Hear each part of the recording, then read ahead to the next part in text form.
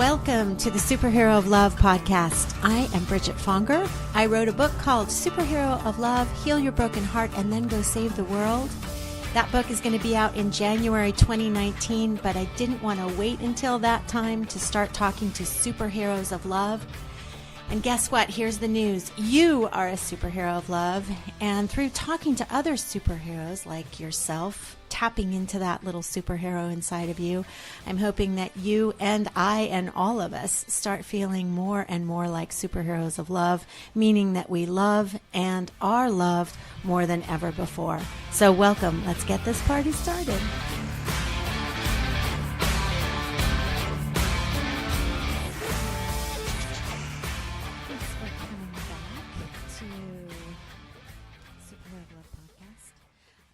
Just say that if you like the podcast, I would love it if you would go and subscribe to it, or write a review, or tell every single human that you know about it.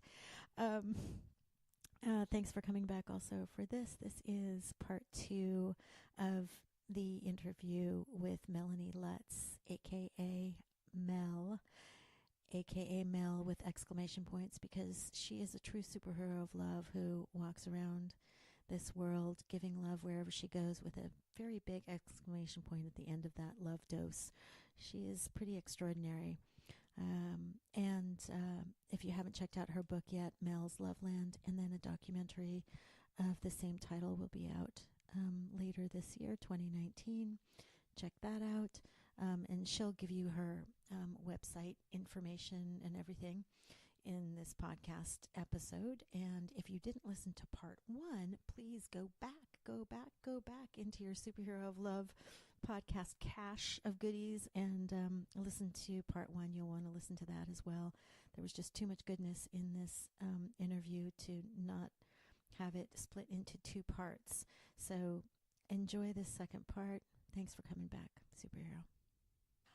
Speaking of the process of this book, the 3 things that you do: for your consideration, awaken, and loving thoughts to remember. Can you tell us about those? Because I just love how I'm obviously a movie filmmaker person, and I grew up with and people ask me, I'm shifting the conversation to love consciousness as a storytelling viewpoint, which removes some of the tropes, I guess, or whatever we're referring to, that have been used for a century, and picking up with healing artists and people who are using vibrational healing work. And how does a story connect to the heart? Just like back at the neighborhood playhouse, like what's the truth in all the chaos? Mm-hmm.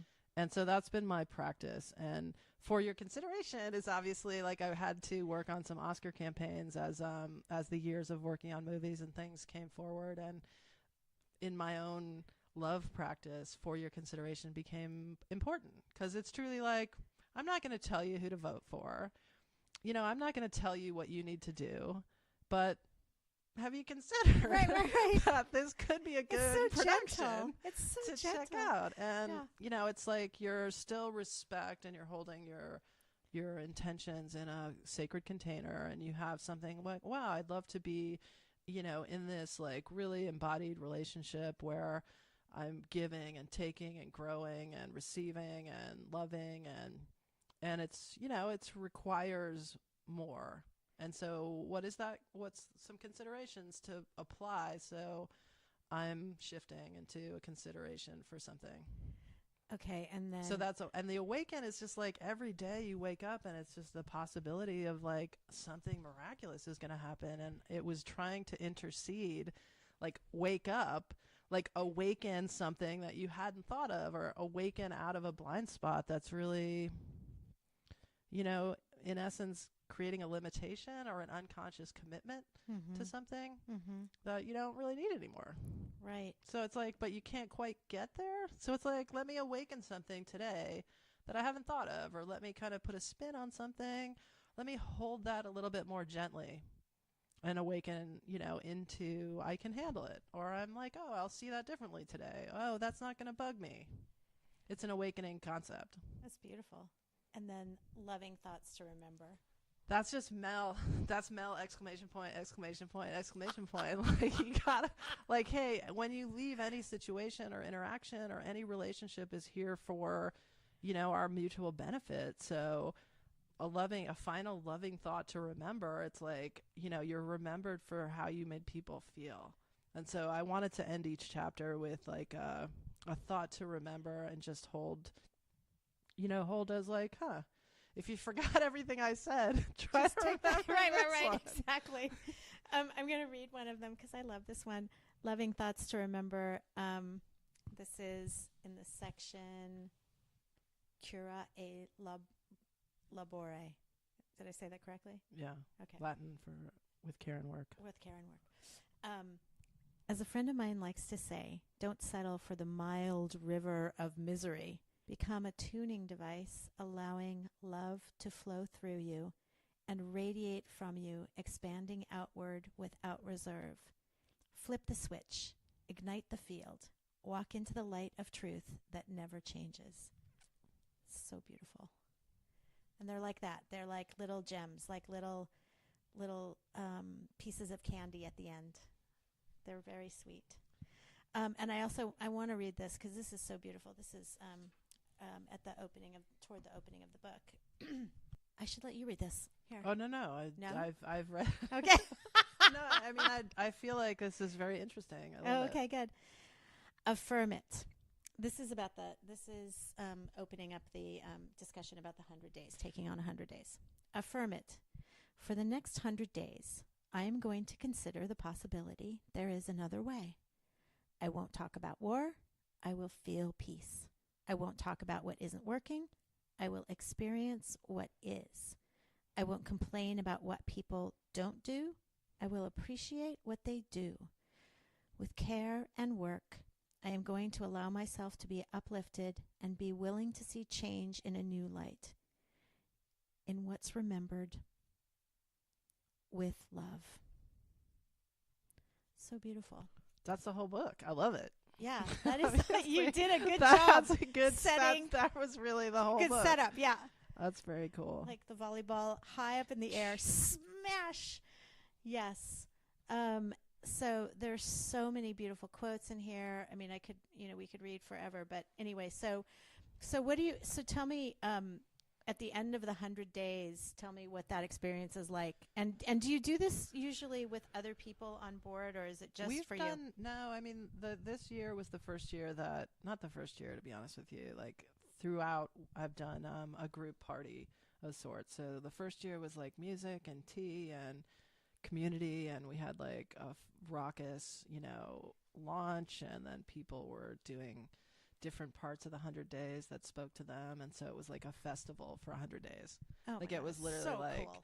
Yeah, so the first one was like, wow, and then I was like, I don't think I can repeat that, but I was like, I'll try a second one.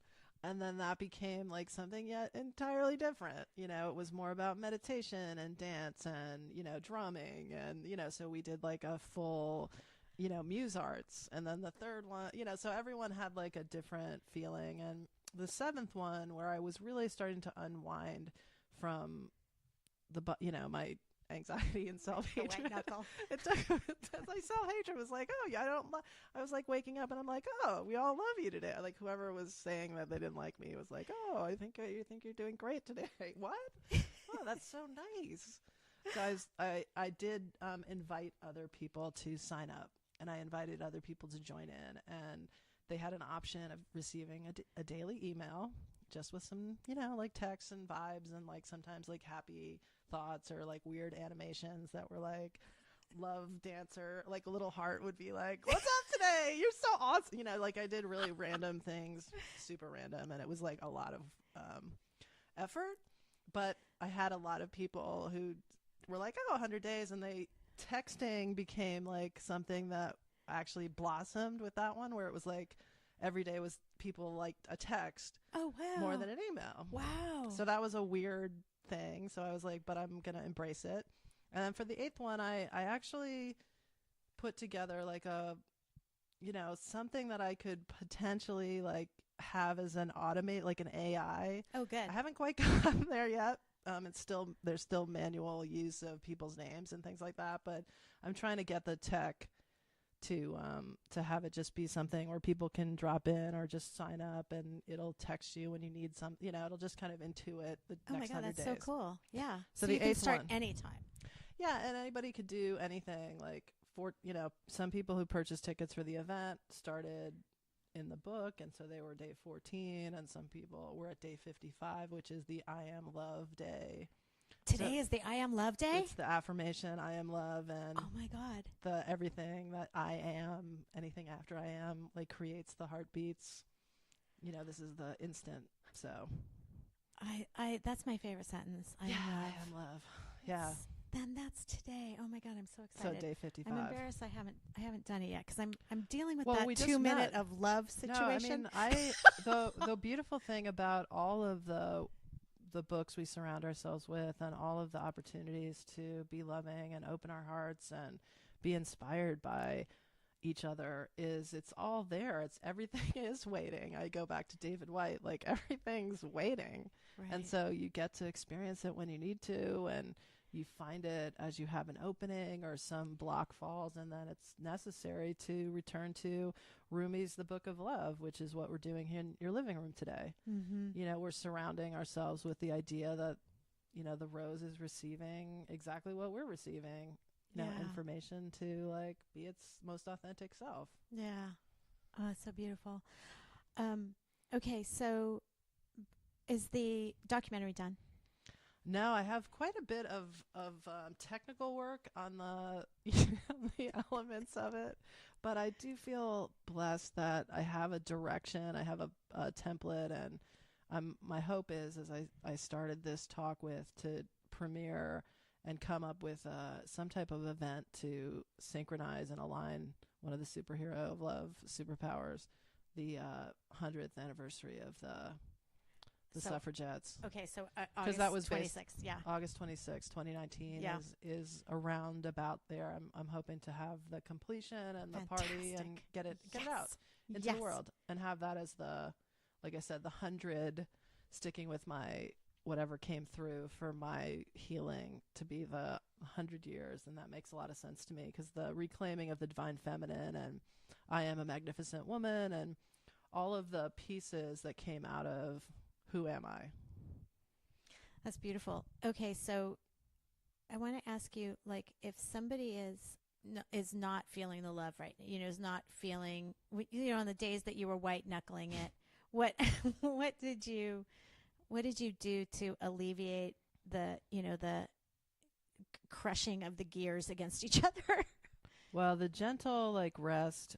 If I couldn't feel the love, I could do a connection to something that brought me love. This is something, my therapist, Vanessa, I ended up writing Vanessa by the Sea, which is about my relationship with Vanessa Bland, who is and was my therapist, and the relationship of the unconscious and what we're nourishing ourselves with. But she taught me that I can connect to something in my most, horrific moments that brings me joy. And so I just close my eyes and I remember, smashing blackberries. What comes up now is smashing blackberries and my two brothers' backs. Oh my God. So just something that's super playful. But anytime you close your eyes, it could be something else. So it's just really inviting in, wow, seeing my nephew just born coming out of the Cedars Hospital and then my bestie going in. It's a really lovely memory. So I see his little chubby chubs and I think, oh, the world is a wonderful place full of amazing people. And I may be having a challenge or, gosh, I said something that was inappropriate or I tried to do something and it really, wow, the feedback was really not great, or somebody said no, or not really, you're not really, up to what we need. Oh, I then hate I can those. That string of those are my biggest horrors that you just listed. I cannot bear those. Well, so you just close your eyes. I and just you think of I use my imagination and I use my heart and I just do a quick boom, snap open of the heart, and I think to myself, wow, I know love. I've known love. And then I connect to a memory that really regrounds me.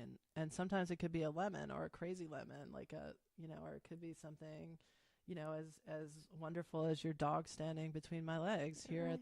at the house, looking out at your beautiful, the mountains of Altadena, wherever. Yeah. So it's truly just a moment of interceding in the thoughts with a memory sense connection. So the body knows it's all fine. It's truly the world is working on your behalf, and you are everything you see, and anything that's beautiful is you. That's so beautiful. It's so great. And it's like, it's effortless too. It's literally just close your eyes and let your imagination roam to the happy memory. Yeah, and sometimes it's like Sound of Music, like Julia, whatever, Julie Andrews in the Mountain Free, but that's just because I'm a musical fan.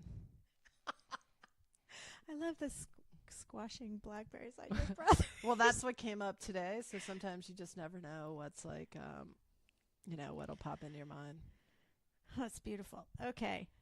Tell us where everybody can find you. Well, again, Google's like one of the most wonderful uses of of enchantment, if you will. It's a happy place. Yeah, it's a happy place. But melsloveland.com is the container for all of the love productions and the production company pieces, and the idea of like all systems love media company that offers loving stories that heal our world and elevate the conversation into something that's that can change in every moment, can transform as you meet it.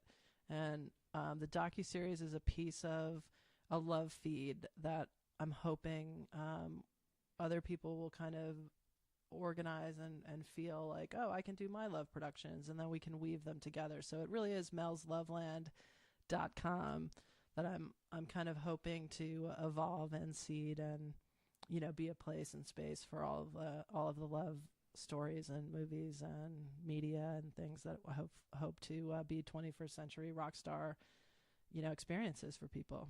Oh yeah, I love that 21st century rock star. That love is the currency of fame and well, it's a wonderful currency of fame. I mean, that's something that's like a book unto itself. It's like a story unto itself. Like, interesting. I'm writing an article right now about how, I just saw Bohemian Rhapsody, and before that I saw A Star Is Born. But those two movies seeing those two movies back to back, seeing how fame can, if you haven't healed your heart, if you have unhealed pieces of your heart, fame can really throw you down on the ground and stomp on your neck if you don't pay attention to your heart. And so I've been contemplating that concept of fame, and how I don't even understand how those people. I don't understand how Freddie Mercury went out on stage with tens of thousands of people adoring him and then went home alone. I mean, how do you do that? I don't really understand that. The bandwidth of love and I mean, everybody comes to it in their own, in their own form, and I don't have the answer obviously for Freddie, but what comes up for me is that is a nonfiction fiction, and each of us, like, with our bandwidth and our authentic expression and our heart work makes a connection. And personal and public are two different things. Yeah, I think that it's like when you feel that amount of love, because like when I go to concerts, I feel pure love. I swear to God, like I have transcended experiences. Have you, right? At concerts or well, I started in music concert promotion, and the idea of like and I can contextualize my experience now as harmonies, and Mel Fitzgerald, going back to her, had Voices in Harmony as one of her expressions of a nonprofit piece. But harmonies are at play, and music is how we as a vibration, and so those are always there. People have these wonderful expressions and vibratory musical gifts. it just occurred to me, like, I wish that, so I just imagining him on the stage and feeling that extraordinary amount of love. Because if you know how much love you feel for that person, and they're getting it tens of thousands of times over and over again, and that feeling in your heart feels so, so filled up, and then you have the illusion that that went away, or that it's not real anymore, when you're alone in your home later.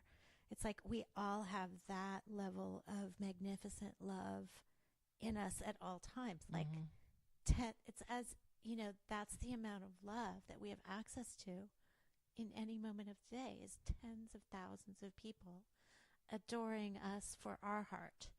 Like that, we are surrounded by, we are surrounded by angels. We're surrounded by divine beings that are just pouring love into us. And if we could all, I just want to go back to that old Freddie Mercury and say, they're here. They still, that love is still in you. That's that thing that just touched your heart 2 hours ago is still. Yeah. And I do love, again, the Course in Miracles has all the love that was ever felt and sent your way is held in trust. Oh, held in trust. That's so beautiful. And obviously our expression of Freddie Mercury in every song that we sing, and he's experiencing that. So it's not lost. Like, energy is never lost. Yeah. And he's not gone. He's with us, and he happens to be someone through his music that every 24 million times a day someone's singing into that tune. Yeah. And that exists throughout the universe, or the multiverses, or the Big Bang created an alternate shadow world that's also taking place. And that's only Freddie Mercury over there. He's got his own multiverse. So I trust he's experienced all the love that we continue to have for his expression, because he gave us so much. Yeah. But as we all have.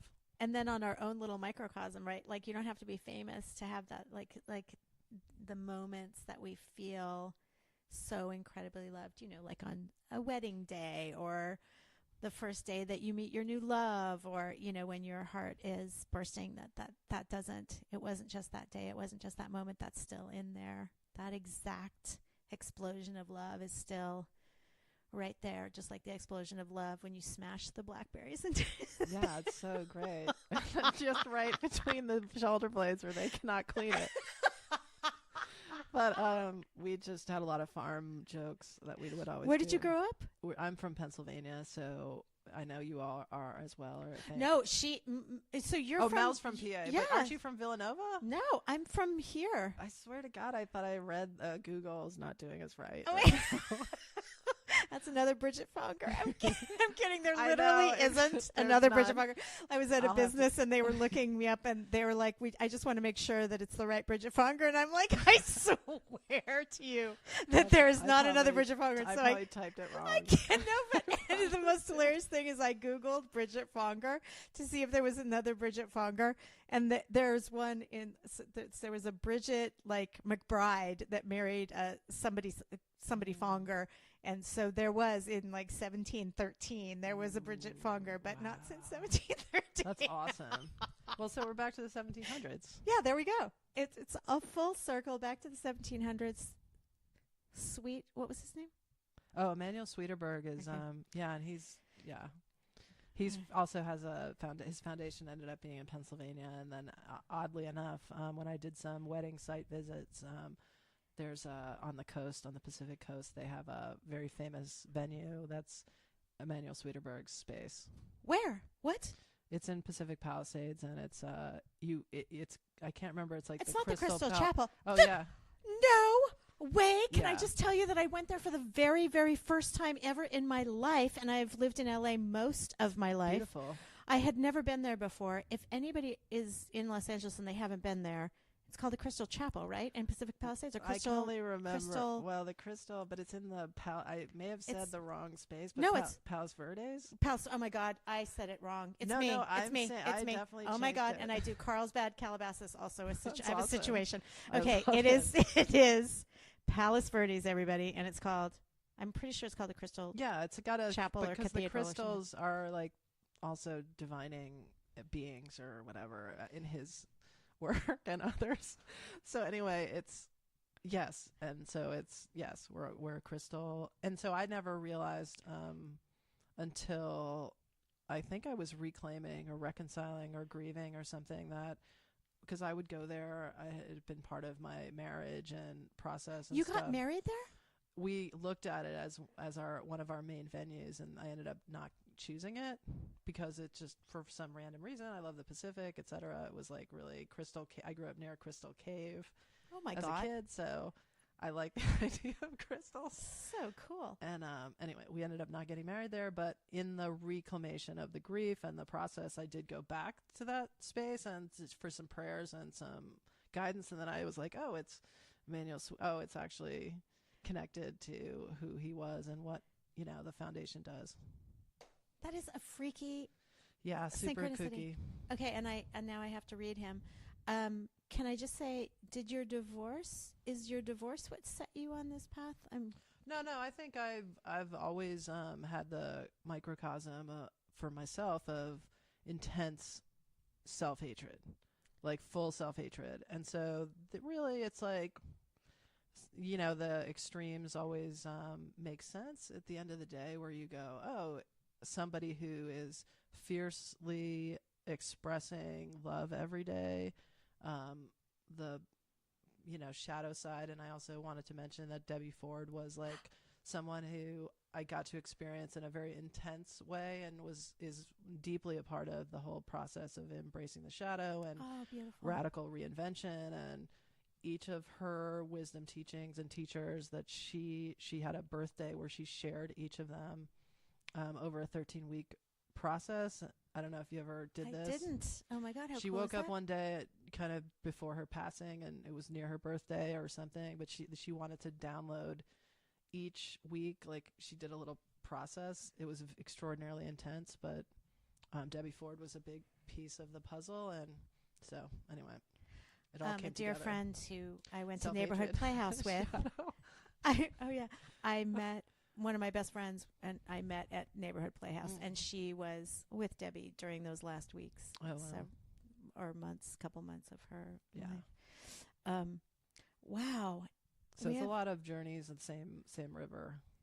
A lot of journeys, same river. That's really good. Yeah. And would your brothers who have the smashed blackberries on their backs, would they also say that you've been on, because it seems to me that this is not an unfamiliar journey. I get that the self-hatred piece was there, but this thing of living from love, that seems like this is like a natural thing for you.